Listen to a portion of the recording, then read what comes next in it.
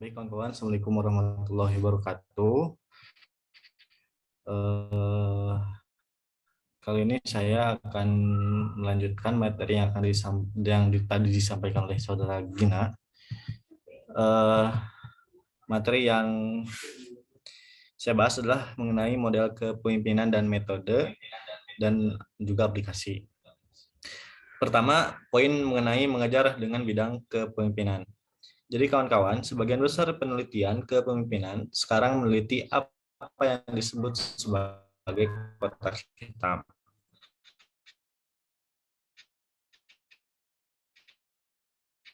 Itu di mana bagian yang pimpinan. Jadi maksudnya kotak hitam di sini harus sampai kepada mekanisme yang menjelaskan bagaimana kepemimpinan hal dampaknya terhadap kinerja gitu. Jadi kepemimpinan itu bukan hanya teori yang ada dalam suatu kotak hitam, tapi harus sampai kepada kinerja baik itu di suatu lembaga, organisasi ataupun setiap hal yang sangat membutuhkan dari kepemimpinan itu sendiri. Nah, di sini salah satu kesenjangan terbesar dalam literatur kepemimpinan yaitu mencakup kesenjangan antara minat dalam berinvestasi dalam pengembangan kepemimpinan itu sendiri. Kemudian di sini tentang merevisi definisi kepemimpinan. Nah, ketika kita mengacu kembali pada bagaimana mendefinisikan kepemimpinan, nah di sini kami menyarankan bahwa kepemimpinan itu adalah proses pengaruh sosial yang didapat terjadi pada tingkat individu, kelompok, atau lembaga yang strategis. Nah, di mana ia dapat dibagi dalam tim, manajemen puncak, atau distribusi ke seluruh organisasi. Jadi kawan-kawan, terkait kepemimpinan itu bisa masuk ke berbagai bagian-bagian yang ada dalam suatu organisasi gitu. Bagian yang terkecil pun dalam suatu organisasi itu sangat membutuhkan yang namanya kepemimpinan gitu. Dalam hal manajemennya, kemudian pendistribusiannya, atau bahkan terkait konflik yang ada di organisasi tersebut, kemudian bagaimana melakukan manajemen konfliknya, manajemen kepemimpinannya, ataupun hal-hal yang di dalamnya itu suatu organisasi.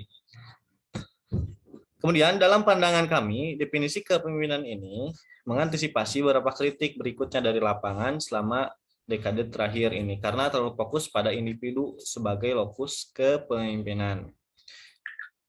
Nah, dalam materi kami ini, jadi definisi kepemimpinan ini lebih kepada mengantisipasi beberapa kritik berikutnya dari lapangan selama dekade terakhir karena lokus-lokus yang pada saat ini lebih fokus kepada individu sebagai kepemimpinan gitu.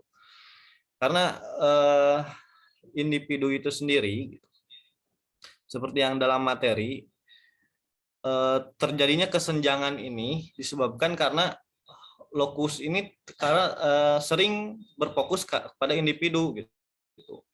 Tapi tidak membahas ke organisasi yang itu saling berkaitan dengan kepemimpinan gitu. Jadi hal yang dibahas ini tentunya difokuskan baik dari organisasinya itu sendiri, baik dari individunya itu sendiri. Jadi tidak berfokus hanya kepada salah satu bagian saja.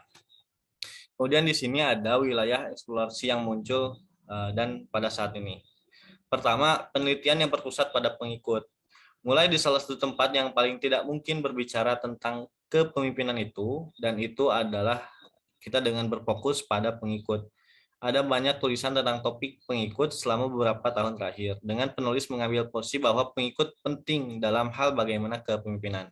Jadi kawan-kawan, kepemimpinan itu tidak akan berjalan tanpa adanya pengikut. Jadi ibaratkan kepemimpinan itu memberikan pengaruh kepada pengikut kita agar bisa diarahkan, diberikan arahannya, masukannya, sehingga bisa dikonseptualisasikan dan diukur bersama dengan bagaimana hal itu yang pada akhirnya ada dampak sehingga para pengikut ini memiliki cara berpikir, motivasi, perilaku, dan kinerja. Nah, ini contohnya kawan-kawan bisa baca saja. Kita langsung saja kepada perkembangan kepemimpinan negara. Pada tahun 2009, sekitar 24% dari 50 miliar yang dikeluarkan organisasi untuk pembelajaran dan pengembangan organisasi ditargetkan secara khusus pada pengembangan penelitian. Jadi di tahun 2009 ini dibiayai gitu bagaimana orang-orang ataupun dalam suatu organisasi agar mereka mengembangkan pola kepemimpinannya itu dalam hal organisasi. Namun salah satu pertanyaan paling umum yang masih ditanyakan para peneliti dan para praktisi kepemimpinan adalah bagaimana kepemimpinan itu dilahirkan versus dibuat. Sorry, kepotong. Mungkin nanti lengkapnya ada di materi kami akan kirim di grup. Kemudian di sini ada evolusi teori kepemimpinan implisit. Nah, sejak teori, kategorisasi kepemimpinan pertama kali diperkenalkan ke dalam literatur dan ditinjau dalam bab terakhir kami. Ada banyak teori kognitif, sosial, dan kemajuan umum dalam literatur ilmu kognitif yang diterapkan. Jadi tiap waktu bahwa suatu kepemimpinan ini makin maju gitu. Banyak literatur yang terus muncul seiring berjalannya waktu. Kemudian di sini penelitian tentang kepemimpinan lebih berfokus pada bagaimana hal itu ditentukan, dibagikan, dan difokus strategis. Juga menjadi semakin sulit untuk mengandalkan pekerjaan dasar. Untuk menjelaskan bagaimana orang berperilaku pada tingkat analisis yang berbeda.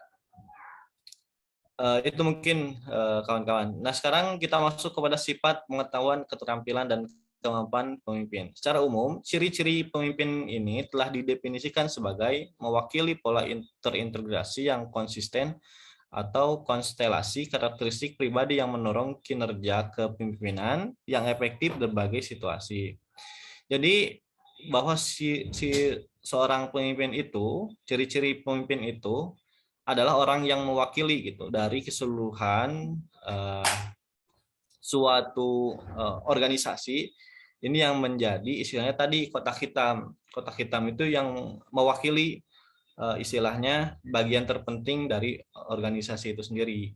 Sehingga ketua itu bisa dikatakan sebagai representatif dari organisasi tersebut. Gitu mungkin bila dicontohkan gambaran simpulnya. Kemudian kita next lagi, kawan-kawan. Di sini ada pengetahuan, keterampilan, dan kemampuan pemimpin. Nah, basis literatur yang berkembang telah mengeksplorasi hubungan antara kemampuan, keahlian, kepemimpinan, perilaku, dan kinerja. Misalkan model keterampilan kepemimpinan. Mengidentifikasi 4 perangkat keterampilan dasar yang diperlukan untuk semua pemimpin. Jadi kawan-kawan, banyak sekali literatur yang menggambarkan bagaimana pola kepemimpinan, bagaimana kemampuan memimpin itu. Jadi itu bisa menjadi banyaknya literatur itu menjadi referensi bagaimana menjadi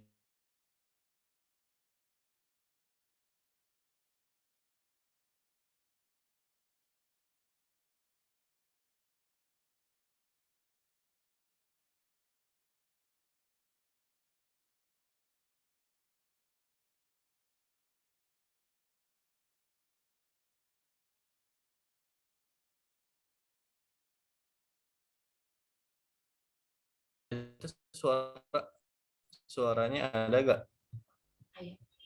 Ada. Oke. Sini kita masuk kepada keterampilan kecerdasan emosional. Meskipun perdebatan tentang landasan konseptual, pengukuran, dan kemampuan melatih,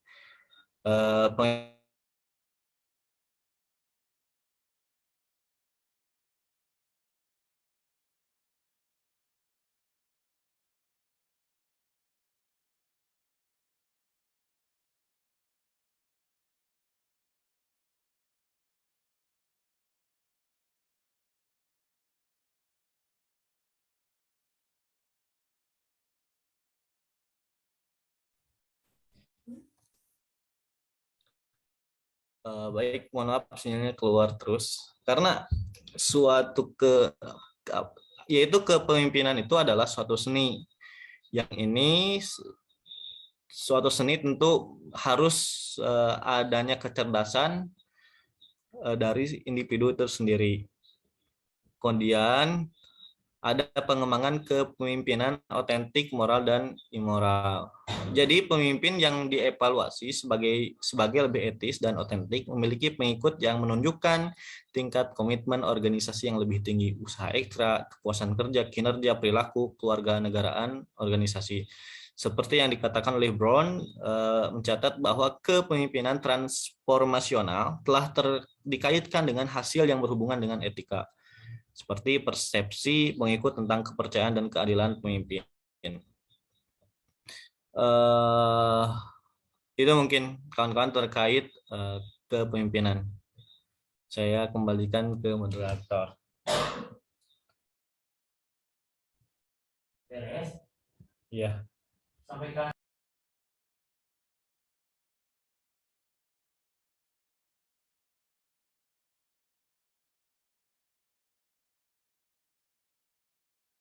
Baik.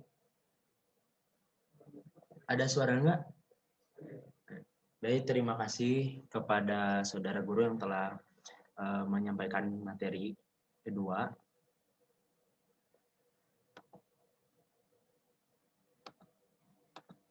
Selanjutnya yaitu materi ketiga yang akan disampaikan oleh saya sendiri.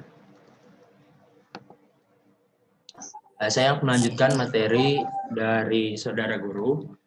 Selanjutnya ada kepemimpinan yang kasar. Tepper mendefinisikan kepemimpinan yang kasar sebagai didasarkan pada persepsi bawahan tentang sejauh mana supervisor terlibat dalam tampil berkelanjutan dari perilaku verbal dan nonverbal bermusuhan, tidak termasuk kontak fisik. Sebagian besar penelitian tentang kepemimpinan yang kasar terutama berfokus pada hasil psikologis dan perilaku negatif. Lalu ada gaya kepemimpinan, pertukaran pemimpin, anggota, dan perilaku kepemimpinan kontingensi. Sebagian besar penelitian ini muncul setelah kesimpulan mengecewakan yang dilaporkan oleh ulasan Mann dan Stockdale tentang ciri-ciri kepemimpinan dan hubungannya dengan kemunculan dan kinerja pemimpin.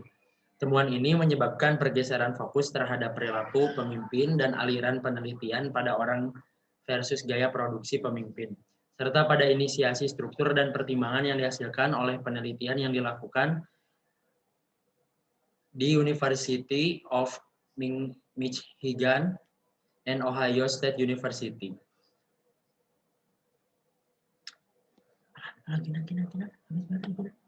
Maaf, sebentar. Sebentar, laptopnya habis baca.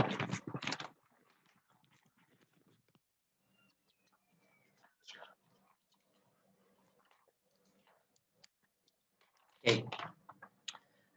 Carmelin, Ben Hador, Waldman, dan Rupp meneliti bagaimana perilaku kepemimpinan relasional membangun modal sosial yang dapat meningkatkan perasaan semangat di tempat kerja.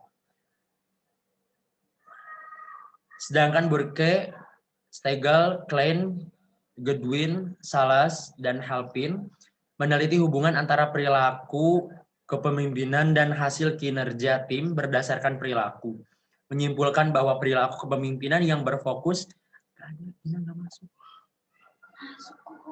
udah.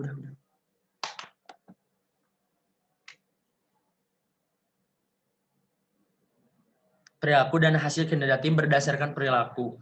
Menyimpulkan bahwa perilaku kepemimpinan yang berfokus pada tugas cukup terkait dengan efektivitas dan produktivitas tim yang disarankan, tim yang dirasakan. Sedangkan kepemimpinan yang berfokus pada orang terkait dengan persepsi keefektifan tim, produktivitas, dan pembelajaran. Imbalan kontingen dan gaya hukuman. Penelitian lain tentang gaya kepemimpinan telah memasukkan bagaimana para pemimpin menggunakan penghargaan dan hukuman untuk mempengaruhi motivasi dan kinerja pengikut. Teori kontingensi Fielder. Pekerjaan tambahan pada gaya kepemimpinan dan perilaku berdasarkan model kepemimpinan kontingensi Fiedler telah menghasilkan kontroversi yang cukup besar selama 40 tahun terakhir. Teori pertukaran pemimpin anggota, Nisi dan Mayer, menunjukkan bahwa skala LMX dalam berbagai bentuk berkorelasi dengan berbagai variabel termasuk kepuasan pengikut, kinerja dan pergantian, baik pada tingkat analisis individu maupun kelompok. Teori transformasional, karismatik dan visioner. Literatur yang berfokus pada teori kepemimpinan neokarismatik umumnya melaporkan hubungan yang lebih positif dengan berbagai hasil kinerja versus teori kepemimpinan yang lebih tradisional, misalnya Hakim dan Piccolo. Kepemimpinan timbal balik dan bersama. House and Aditya berkomentar bahwa ada beberapa spekulasi dan beberapa bukti awal yang menunjukkan bahwa konsentrasi kepemimpinan dalam satu rantai komando mungkin kurang optimal daripada tanggung jawab kepemimpinan bersama di antara dua atau lebih individu dalam lingkungan tugas tertentu. Kepemimpinan melibatkan hubungan kolaboratif yang memimpin untuk tindak kolektif didasarkan pada nilai-nilai. Lalu ada kepemimpinan strategis. Kepemimpinan strategis sering mengacu pada manajemen suatu perusahaan dengan fokus paling khusus pada CEO dan tim manajemen puncak. Dengan demikian, kepemimpinan strategis berkaitan dengan proses seperti pengambilan keputusan. Daripada menekankan aspek relasional, kepemimpinan yang khas untuk entitas yang lebih kecil, studi tentang eksekutif puncak telah berkembang biak secara dramatis dalam dekade terakhir, memperkenalkan metode penelitian baru di luar fokus pada demografi eksekutif. E-leadership and distribusinya dalam organisasi. Penelitian awal tentang e-leadership berfokus pada jenis fasilitasi dan kepemimpinan yang berdampak pada konteks sistem dukungan kelompok. Sementara juga menyoroti potensi bagaimana struktur atau proses teknologi ini untuk menggantikan atau efek kepemimpinan moderat pada proses dan hasil kelompok. Selama tahun 1990, peneliti mulai mengalihkan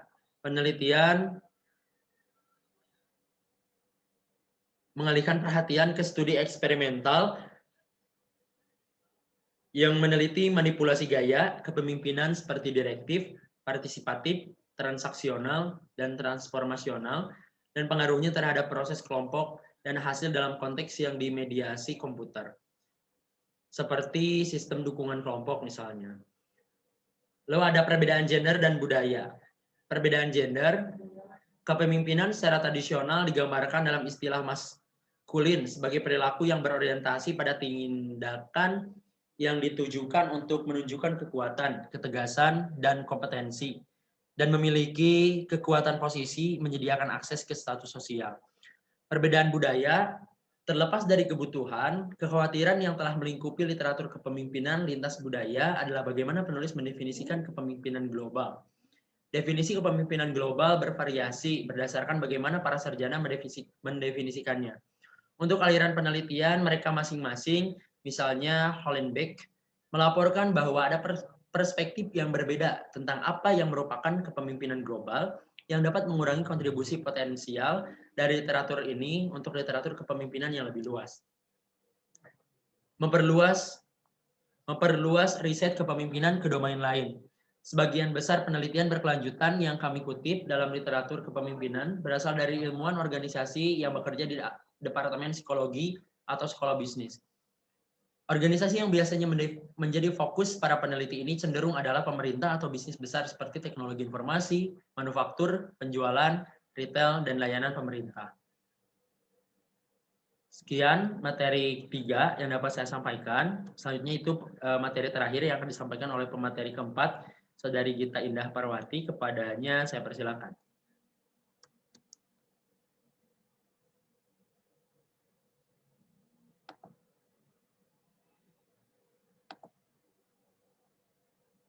Sebentar, sambil jalan aja sambil share screen.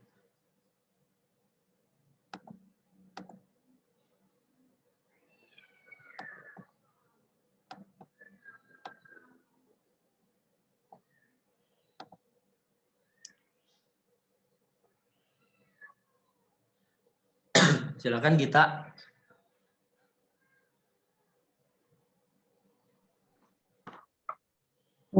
Baik, terima kasih moderator. Selanjutnya di sini saya akan membahas materi tentang perubahan dan pengembangan organisasi, yaitu dalam praktek dan teori. Poin pertama ada perkembangan organisasi hari ini, bukan kemarin. Pendekatan awal ini untuk pengembangan organisasi berpusat terutama pada implementasi dari cita-cita humanistik di tempat kerja. Jenis nilai yang ditekankan termasuk pengembangan pribadi, kompetensi antar pribadi, partisipasi, komitmen, kepuasan, dan demokrasi kerja.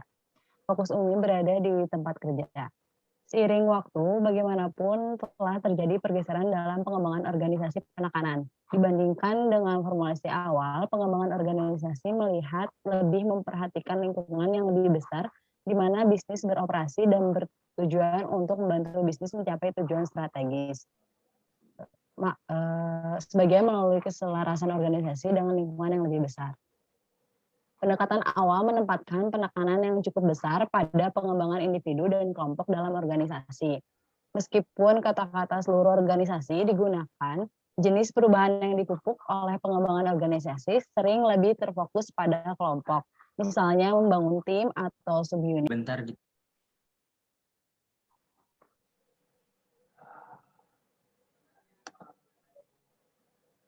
Mohon maaf, ini screen-nya belum ada. Sorry, bentar.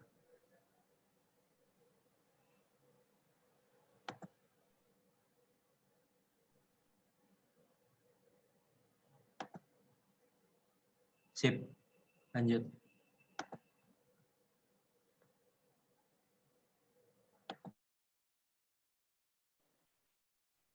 Ada ke bawah.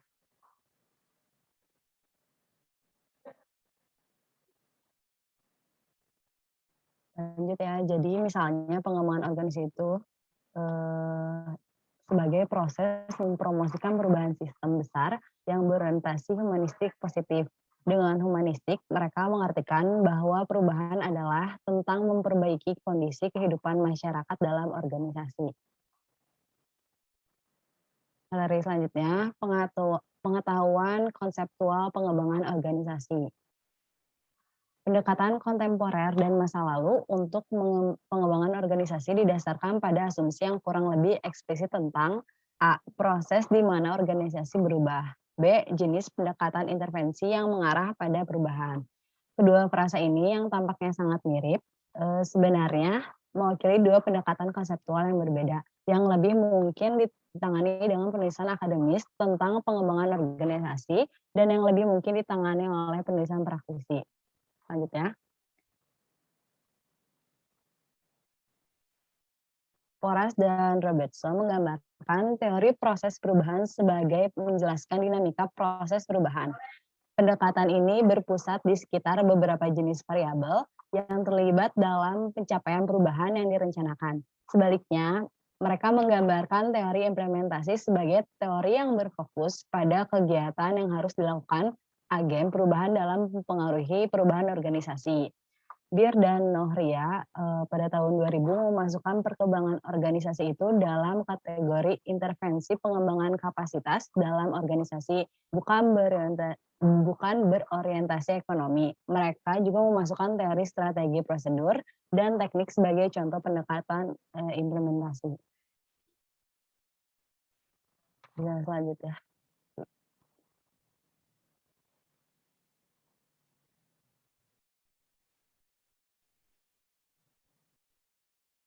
Lagi.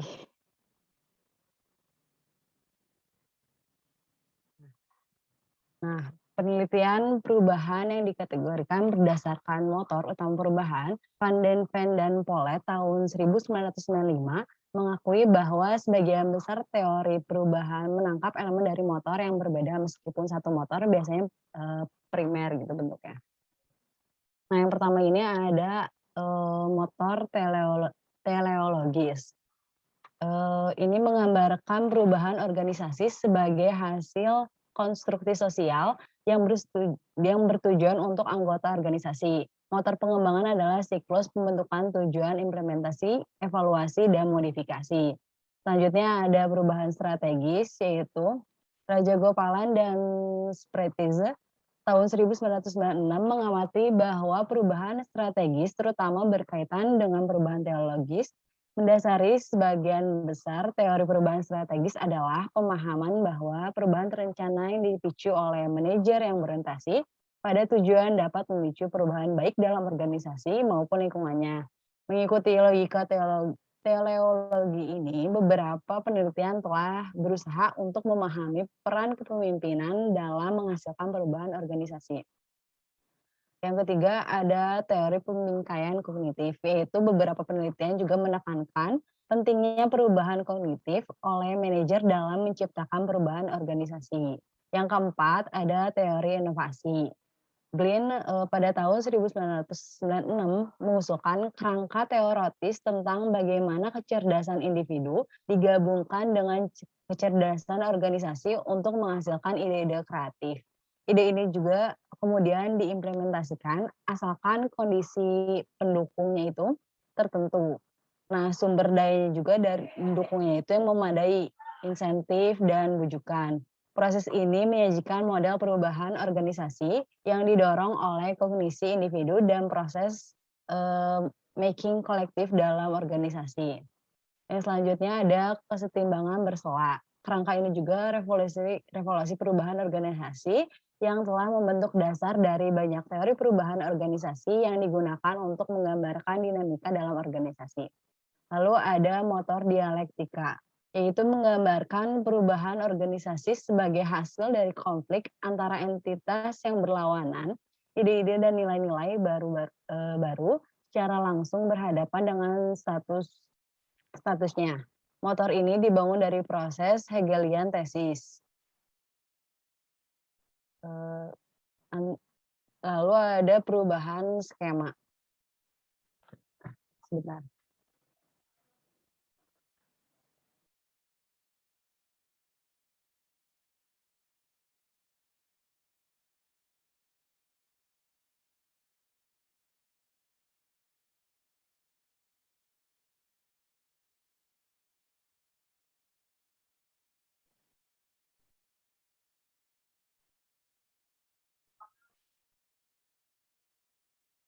Belum, sebentar masih di atas.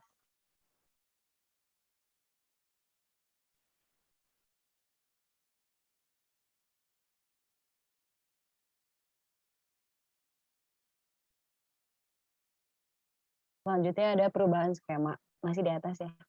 Model skema perubahan dibangun dari pemahaman pemrosesan kognitif individu untuk memahami bagaimana perubahan terjadi dalam skema bersama. Skema adalah kerangka kerja kognitif yang memberikan makna dan struktur pada informasi yang masuk.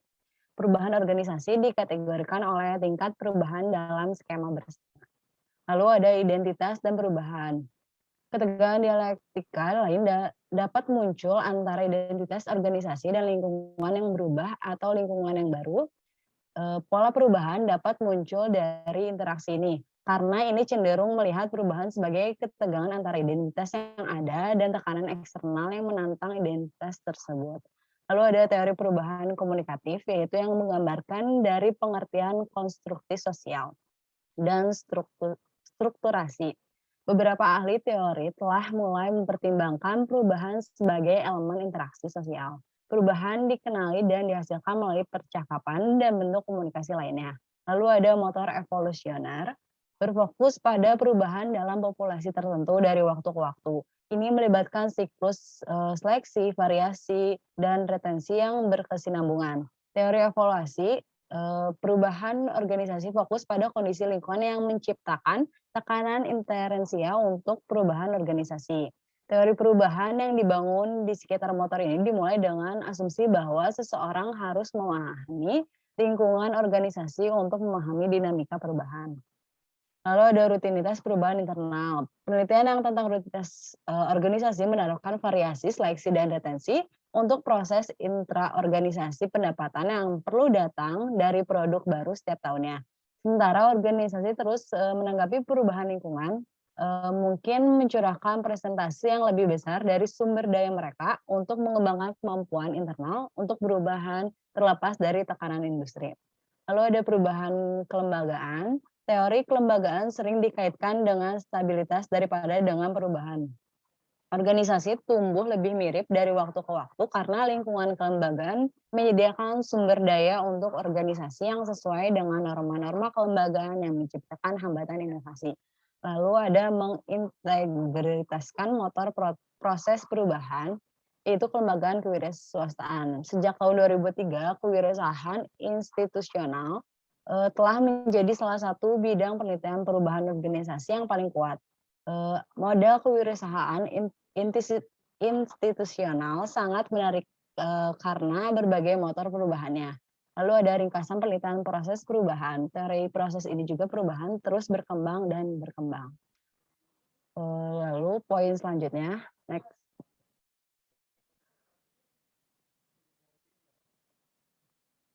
Bisa ke bawah.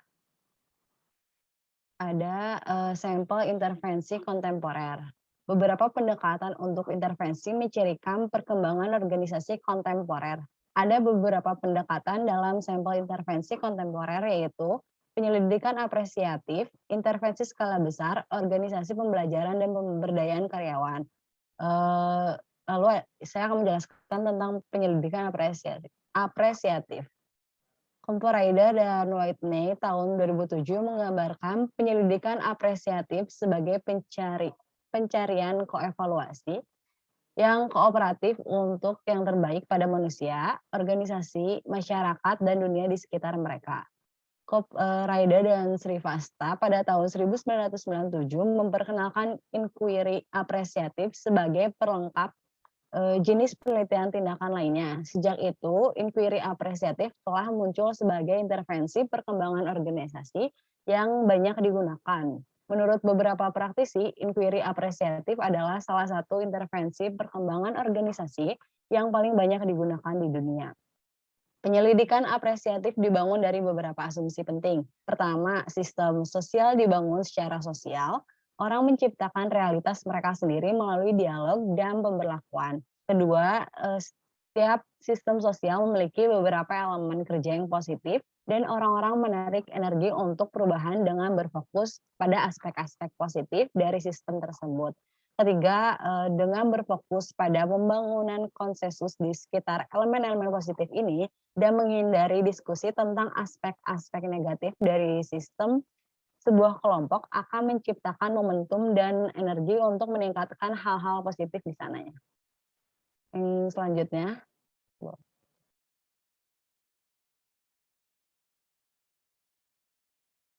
lagi. Bawah lagi. Ada intervensi skala atau kelompok besar.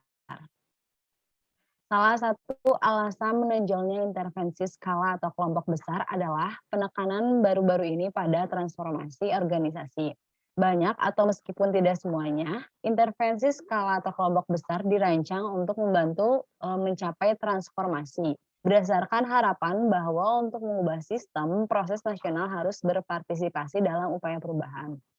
Philip Jack tahun 1995 mencatat bahwa tujuan khas dari intervensi skala atau kelompok besar termasuk fokus seperti mengubah strategi bisnis, mengembangkan misi atau visi tentang kemana arah perusahaan pada abad berikutnya, mendorong lingkungan yang lebih partisipatif, dan memulai kegiatan tersebut sebagai tim kerja mandiri atau rekayasa ulang organisasi. Lalu ada organisasi pembelajaran. Gagasan bahwa organisasi atau anggotanya belajar telah ada selama beberapa dekade. Namun sebagian besar perhatian ilmiah untuk belajar berfokus pada pembelajaran sebagai perubahan adaptif dalam respon perilaku terhadap stimulus, khususnya pembelajaran rutinitas. Pembelajaran juga hal yang tidak selalu dipandang sebagai diinginkan oleh organisasi. Yang pada tahun 1990 mengatakan bahwa sebuah organisasi pembelajaran adalah sebuah organisasi yang telah memperluas kapasitasnya untuk menciptakan masa depannya, dan untuk itu pembelajaran adaptif harus bergabung dengan pembelajaran generatif, pembelajaran yang meningkatkan kapasitas kita untuk menciptakan. Lalu ada pemberdayaan karyawan. Meskipun belum ada kesepakatan tentang proses intervensi standar untuk mengembangkan pemberdayaan karyawan, ada sedikit keraguan bahwa mencapai pemberdayaan adalah penekanan utama dari banyak pengembangan organisasi dan konsultasi serupa. Pekerjaan pengembangan organisasi dalam pemberdayaan karyawan menghubungkan otoritas dan akuntabilitas dengan keterlibatan. Lalu ada yang selanjutnya ada teori implementasi. Paul pada tahun 1995 berfokus pada 4 motor perubahan. 4 pendekatan implementasi utama yang diharapkan untuk mencapai perubahan yang diinginkan. Motor-motor ini terutama berasal dari literatur yang ditulis untuk praktisi daripada literatur yang ditulis untuk akademis. 4 motor ini adalah ada partisipasi, refleksi diri, penelitian tindakan, dan narasi. Lalu ada poin selanjutnya, pembagian teori proses perubahan atau teori implementasi. Faktanya bahwa beberapa intervensi pengembangan organisasi berlaku untuk teori proses perubahan yang berbeda. Berarti bahwa mereka mempersiapkan sarana potensial untuk mendorong berbagai jenis perubahan ini. Ini tidak berarti bahwa penulis yang menggambarkan berbagai jenis motor perubahan referensi kerja, pengembangan organisasi, atau bahwa model implementasi referensi teori proses perubahan. Lalu ada indikator pembagiannya, ya ada publikasi jurnal yang pertama, bisa ke bawah di slide selanjutnya.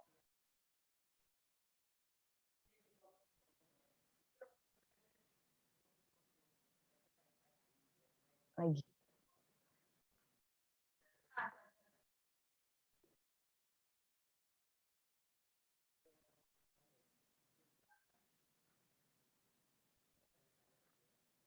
Lagi di bawah. Yang mana Git? Pembagian teori proses perubahan atau teori implementasi. Sorry bentar.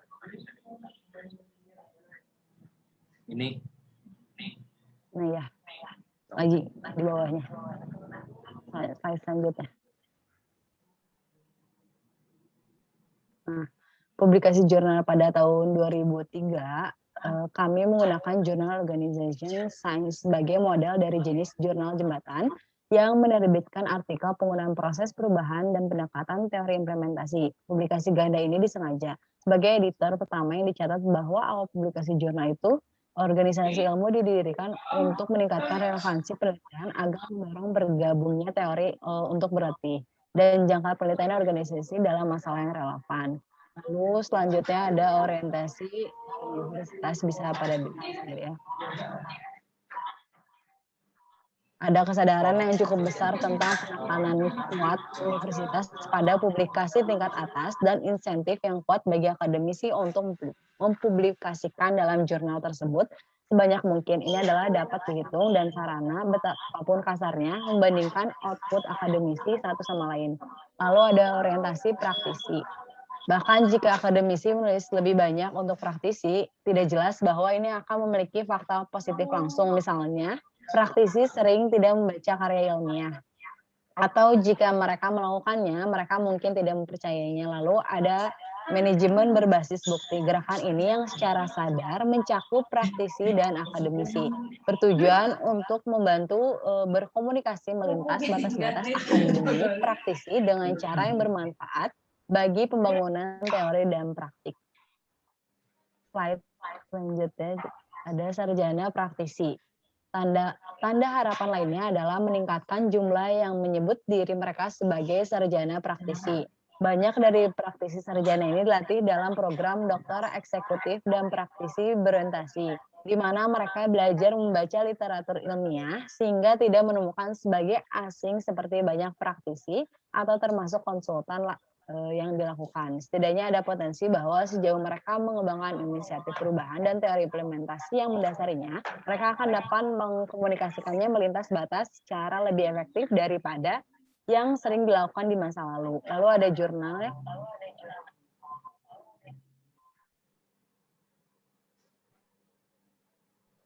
Jurnal lain dengan tujuan yang dimaksudkan ini muncul juga, termasuk yang paling menonjol. Lalu ada ya di dalam input atau output yang bergabung dengan penelitiannya.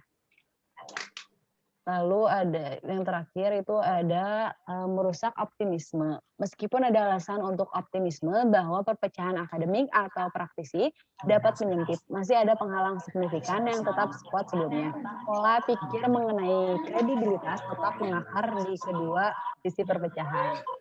Mungkin sekian materi dari saya. Mungkin saya kembalikan kepada moderator. Terima kasih. Baik, terima kasih kepada Saudari Gita yang telah menyampaikan materinya. Mohon maaf ya, ini di sini jaringannya, jadi nyampainya lambat. Selanjutnya, saya akan membuka sesi diskusi untuk 2 pertanyaan terlebih dahulu. Silakan kepada rekan-rekan yang ingin bertanya atau ada penjelasan yang kurang dipahami, tadi terlalu cepat atau terlewat, silahkan langsung open mikrofon saja.